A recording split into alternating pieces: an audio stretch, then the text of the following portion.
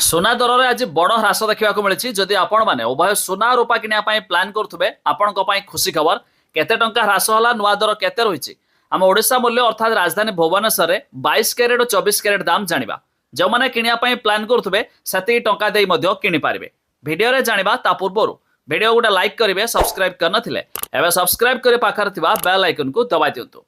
प्रथम तो जाणी रखु आम राजधानी भुवनेश्वर अर्थात ओडिशा मूल्य में सुना आज 10 ग्राम पिछा 2000 ह्रास देखा मिली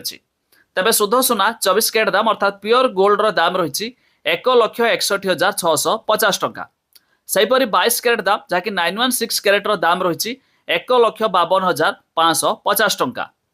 ता छड़ा MCX अर्थात मुंबई मल्टी कमोडिटी एक्सचेंज रे आज भी आंशिक दर में ह्रास देखा मिली तेज शुद्ध सुना 24 कैरेट दाम रे 10 ग्राम पिछा 1,62,780 टंका रही बेले 22 कैरेट दाम रे 10 ग्राम पिछा 1,53,620 टंका रही आज दर में। आउ ठीक सेमिति दिल्लीर सरफा बजार में आज भी सुना दाम रे 3,000 ह्रास देखा मिली